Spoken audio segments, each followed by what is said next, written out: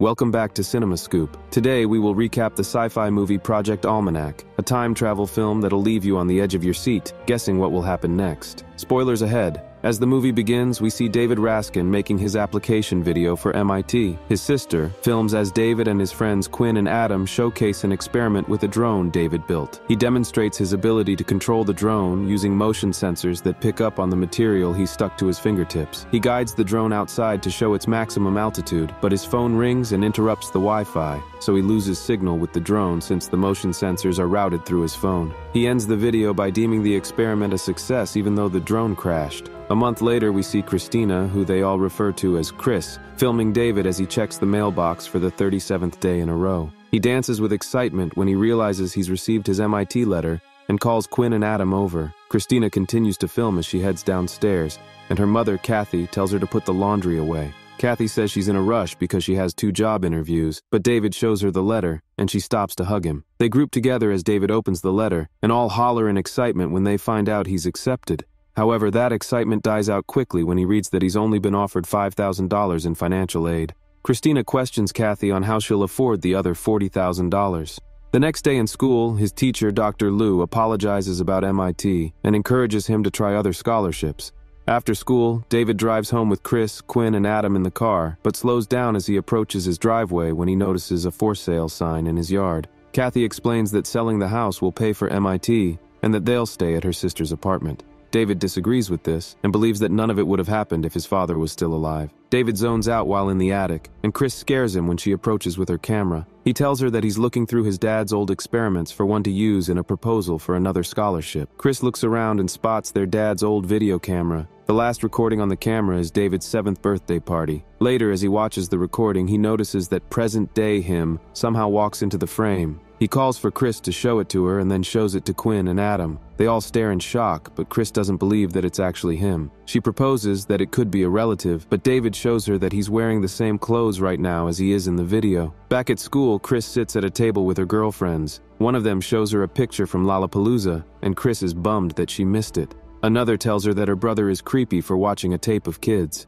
Chris goes over to his table while he's discussing the tape with Quinn and Adam and reiterates that it's not him in the video. He strongly believes that it's him, alluding to all of his personal belongings in the frame that he has on him in the present, like his watch and backpack. Chris notices that he's holding a keychain with a ballerina on it, and they all pull out their keychains to figure out who it belongs to. David searches his bag for his keychain but notices that he actually has the wrong backpack. Quinn realizes that it belongs to Jessie Pierce, and David decides to return it. He's nervous to speak with her, and they switch bags after she expresses that she believes he and his friends have searched it. She congratulates him on MIT, and then he leaves. At his house, they try to replicate his positioning from the video to figure out why he's there. They notice he's reaching for something in the video, and when he mirrors that, he realizes that it is the light switch for the basement. They all head down there and enter his dad's workspace. Quinn turns off the light to scare them, but when he turns it back on, they all hear a weird sound. He keeps flickering the light while they track the sound, and they discover a hatch in the floor. When they open it, they find the case David's dad was holding in the video. They open it to discover numerous blueprints from DARPA, a classified division in the military. They're most interested in Project Almanac, which entails a blueprint for a time machine. Quinn strongly believes that David's dad left all this there for him to find. In the case, Adam spots a glass circuit that he believes is the heart of the time machine. Quinn thinks they should build it, but David thinks the idea is too crazy. However, Quinn points out that he already built it since he appeared in the video 10 years ago. Later, we see the rest of the video. David's dad is about to leave the birthday party as he's received an important call. He promises young David he won't be gone long and leaves his watch with him, which David still wears. They go to the store to pick up the equipment they'll need, and Chris records their whole process as they construct a battery to power the glass circuit. They start up the battery, and Chris's hair stands on end. They realize that the glass circuit creates electromagnetic energy, but the circuit quickly fries the battery and shuts down. David urges Chris to film everything from now on, and they spend weeks developing batteries that can withstand the amount of power the circuit requires. Adam turns a phone into a control for the machine, and he shows them how to use it. As they continue to work on the time machine, Chris questions how long it will take. David isn't sure, but he informs her that so far the machine can only allow 6 weeks of travel, 3 weeks back and 3 weeks to return. They test a stronger battery on the circuit, and the electromagnetic energy begins spinning different objects in the air. However, it also doesn't last long before the circuit fries it again, but a blue liquid spurts out from the battery onto David's clothes, and he realizes that it's the same stain on his clothes in the video. Chris finally believes that it was him. Quinn expresses that they need hydrogen in order for the time travel to work, so they sneak into school and steal a bunch of hydrogen canisters. While David puts a canister into the battery they've built, Quinn asks if they could take a break to go to Walker's party next door, but they all ignore him. They use a red toy car with a GoPro attached as their subject in their first time travel test. David sets the machine to send it 60 seconds back into the past. The circuit starts up, and objects swirl in the air before the battery blows again. Quinn reiterates calling it a night and going to the party, but again they ignore him. Adam is frustrated that the circuit eats through batteries and states that they'll need one that can recharge itself as it puts out power. David finally realizes that they'll need a nickel metal hydride battery and knows exactly how to get one. He heads outside and offers Jessie parking space in his driveway with an ulterior motive of using her car battery to power the circuit. They use a bunch of jumper cables to connect it, and as the circuit powers up, Jessie enters through the back door to ask them what they're doing. The circuit eventually stops and causes a widespread power outage. They look for the toy car but can't find it until they hear a loud thud. David finds the car fused to the wall and removes the GoPro to watch the footage. They all watch a recording of them from the past and are excited that they've successfully sent something back in time. Jessie is confused as to what just happened, and David tells her that they've just built a time machine. At school, David draws a design of the time machine that is small enough to fit in a backpack. Dr. Lou calls on Quinn for his test, but he's not confident that he'll pass. Since he spent all his time working on the machine instead of studying, he inevitably fails the test. They regroup to discuss the next thing they'll test time travel on, and Jessie approaches, which makes them all go quiet. She believes they should test it on people next, but David thinks they should take small steps. He then notices her keychain has a ballerina on it and shows her the clip of present-day him holding it at his 7th birthday party. Jessie strongly believes that the next trial should be on them. David finally agrees and decides they'll jump back 24 hours into the past. We see that he's finally built a design that allows him to carry the machine in his backpack. They set up a GoPro to record, and Adam reminds them that the time travel warp is 10 feet in diameter, so they'll need space. When David finally picks a spot, they huddle together and fearfully go through with the jump back to the past. To test if it worked, Quinn takes them to his house and up to his room, where a past version of him is sleeping. As he draws a smiley face on the back of his past version's neck, one simultaneously appears on him. They giggle with excitement, but this wakes up past Quinn. Both Quinns lock eyes, which causes them to glitch, and they begin disappearing. David breaks the stare by dragging present Quinn outside, and as they run down the street, Quinn's neighbor's dog chases them. David presses the button to send them back to the present, but accidentally brings the dog with them. As they drive back to David's house, they see a bunch of posters that weren't there before. David grabs one and tells them it's a missing dog poster for Quinn's neighbor's dog, which makes him believe they've altered reality. We see them discussing what to do now that they've discovered time travel. They create rules for using it, which include no jumping alone, and filming every jump to make notes on anything that goes wrong. They agree to go back in time to help Quinn pass the test. After that, they jump back so that Quinn can stand up for herself against a bully named Sarah Nathan. They also use lottery numbers to win Powerball, but are disappointed when they only get $1.6 million instead of $53,876,522 because Adam messed up one of the numbers.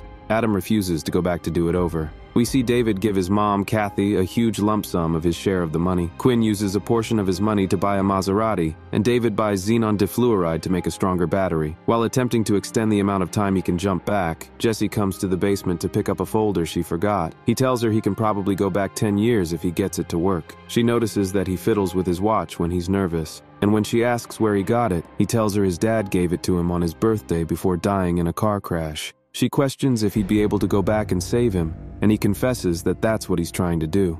Back at school, Quinn pulls up in his Maserati with a bunch of food trucks in tow. Students crowd around and begin cheering for him.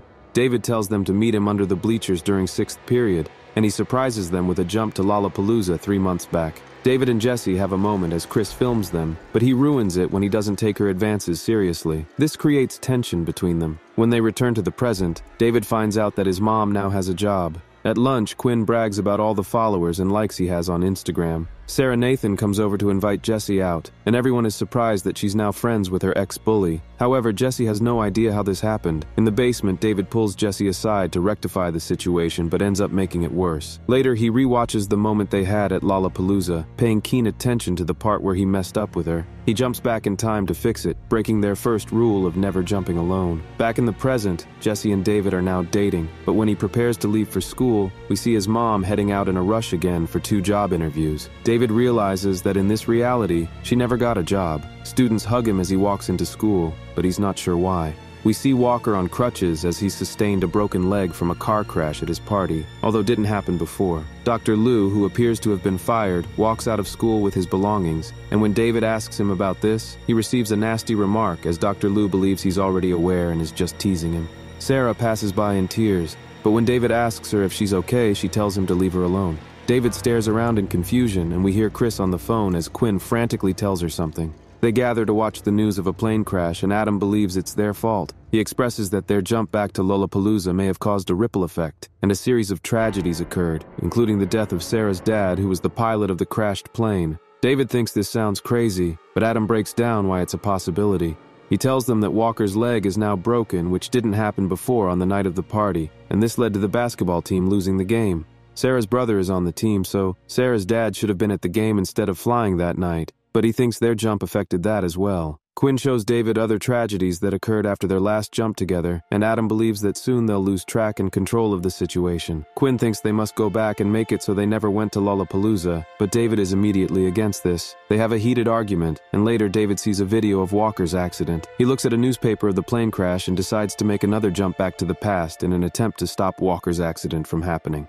As he's about to jump, Adam approaches him. He tells David that they were supposed to meet at his house, but since he wasn't there, they tracked the controller to find him. He tells David that the others are on their way too, and questions him on what he's doing with the machine. David confesses that the events happening now are actually his fault since he made a jump alone. This upsets Adam because he broke a rule, and David tells him that all he has to do is stop Walker's accident to rectify the situation. Adam is against this since he's breaking the rule again. He urges David to come clean, but David refuses to because he's afraid of losing Jesse. As the rest of them approach, Adam runs to them and David jumps again before Adam can stop him. He's now back to the night of the party when they conducted their first trial with the toy car. He stops the accident and jumps back to the present to check if the basketball team won the game. He's relieved to see that they've won and that Sarah's dad saved 200 passengers. Chris asks him if he's coming because they must be somewhere by 5, and David agrees, although he's clueless. They drive to the hospital and we find out that Adam suffered an accident after the basketball game. Chris questions why David seems unaware of this. He tells them to come to his house later,